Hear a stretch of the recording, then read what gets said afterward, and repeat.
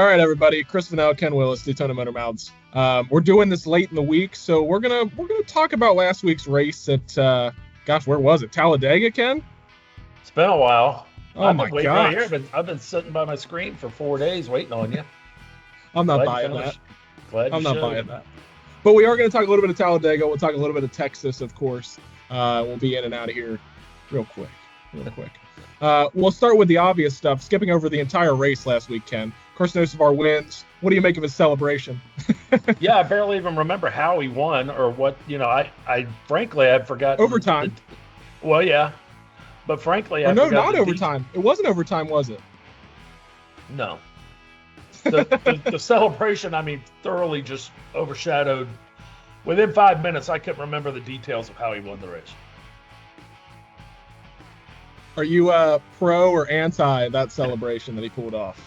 I'm for this one because unlike the burnouts and the donuts and the climbing the fence and the Polish victory lap, unlike all of those, nobody else is going to try to repeat this one.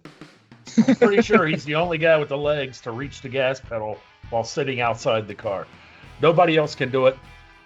Tyler Reddick ain't gonna do it unless he borrows a 3-iron or something, and I don't think he can reach it with a 9-iron, but definitely probably with a 3-iron. So yeah, I like it because it's not going to be monkey see, monkey do, and I've just gotten tired of the donuts and the burnouts and all that. It's like, all right, it's cute at first and it has its place, but somebody needed to think of something else, and he did, and it's a one-off for him. I don't know if he's only going to do it once, but he's the only guy that will do it, I do believe. Michael McDowell might have an outside shot. He's got a little lank to him. I was going to say, I'm looking up as you're talking the tallest NASCAR drivers. We've got Hocevar, who's listed at 6'4", and I buy that. I'd even buy 6'5" or 6'6", honestly. I'm thinking 6. You're a lot nicer than I am. I think that's his bubblegum card height. I think. You think so? I think he's 6'3", maybe 6'3" and an eighth. I'm sure these are all bubblegum card heights then. Austin Cindric, 6'3". That feels like a bubblegum card height. Yeah, I don't think he's 6'3". Although the glasses, but in all honesty, the glasses make him look an inch shorter. So he might be 6'2". Todd Gilliland, 6'3". No.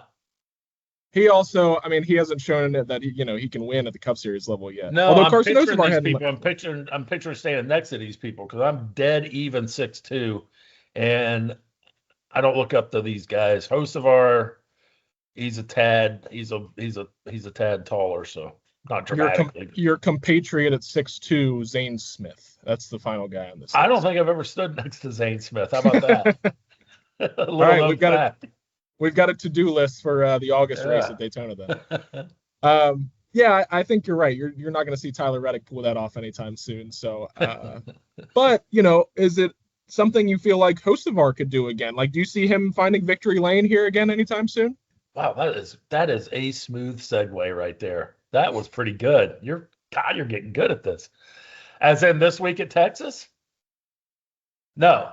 Yeah. Okay. He can win.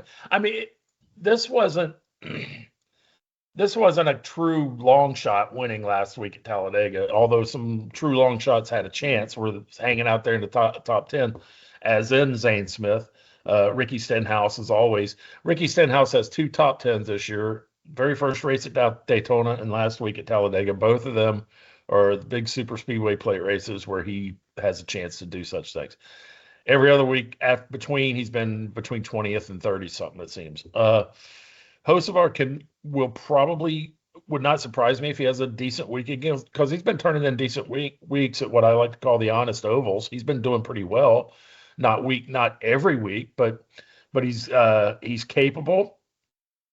If he goes on and has a decent year, maybe wins another race, preferably at a non-plate racetrack, the big question mark on him going forward will be, where will he be next? Will it be Hendrick? Will it be Gibbs? Will it be Penske? Because I don't think Spire will be able to afford to keep him going forward if that's the case. But that will play itself out. Were you trying to say? I almost said we'll see, but I decided I wasn't going to say it this time. Yeah, Hocevar with his win at Talladega. That's the second win in Spire history. Their first was Justin Haley at Daytona, right? Yeah, rain shortened race when he happened to Yeah. be in the lead on the track when everybody else pitted, and the trophy almost literally fell in his lap. So yeah. No fault of his. No. I think that's all I got for you, Ken. Anything else you want to plug this week? Oh God, there you go again. You're this. If we were in a court of law, you would get slapped on the wrist for leading the witness, but this is not a court of law, and I've never passed a bar, literally, figuratively. Let's plug our new book. Hey, look at there! You were on the mailing list too. That's pretty good looking. This is our Dale Earnhardt coffee table book. So you get 160 pages of Dale Earnhardt coverage throughout the years. A lot of stuff in there. A lot of good old pictures. People love pictures. You know what people love more than pictures, Chris? What do they love more than pictures? Old pictures. They do love old pictures. So this has been in the works for several months now, and it just came out on April 29th, which was Dale was born 75 years ago on April 29th. There's a good old picture of him. Hard to believe he'd be 75 years old. And at least several times a year, a race season, I sit around, I assume others do too, and I think, what would he think of this? What would he have to say? Would he like this? Would he not like this? Would they be doing this if he was around? Because he had a lot of sway. And so, yeah, I find myself thinking about that every so often when something comes up. I wonder what direction NASCAR would be taking right now if Earnhardt was still walking the garage large and in charge, And then I also wonder, what his general opinion would be of just different week to week things sometimes. So it's a shame that it played out the way it did for so many reasons, but for me that's one of the big ones, because I just would love to be able to see what it would be like if he was still around and he had the ear of the front office, Not to quote another podcast on our podcast, but Dale Jr. was talking about that, on his dad's birthday earlier this week. Yeah. And he was like, when I picture my dad, I picture him kind of like Harry Gant, where Harry Gant, even when he got up in age, he still looked like a race car driver. Right. Dale Jr. was like, my dad at 75 in my mind would absolutely still look like he'd get into the cockpit and go win a race. Yeah, that's good. That's I don't doubt that at all. Yeah, maybe a few more grays in the mustache. Yeah, oh yeah. Handsome Harry hardly changed a lick. He looked the same at 55, 65, and 75 as he did at 45, which was good, by the way. Yeah, sure. All right, Ken. That's all we got this week. We appreciate you, and we'll be back to talk about Texas, hopefully earlier in the week. Yeah. Next week. All right.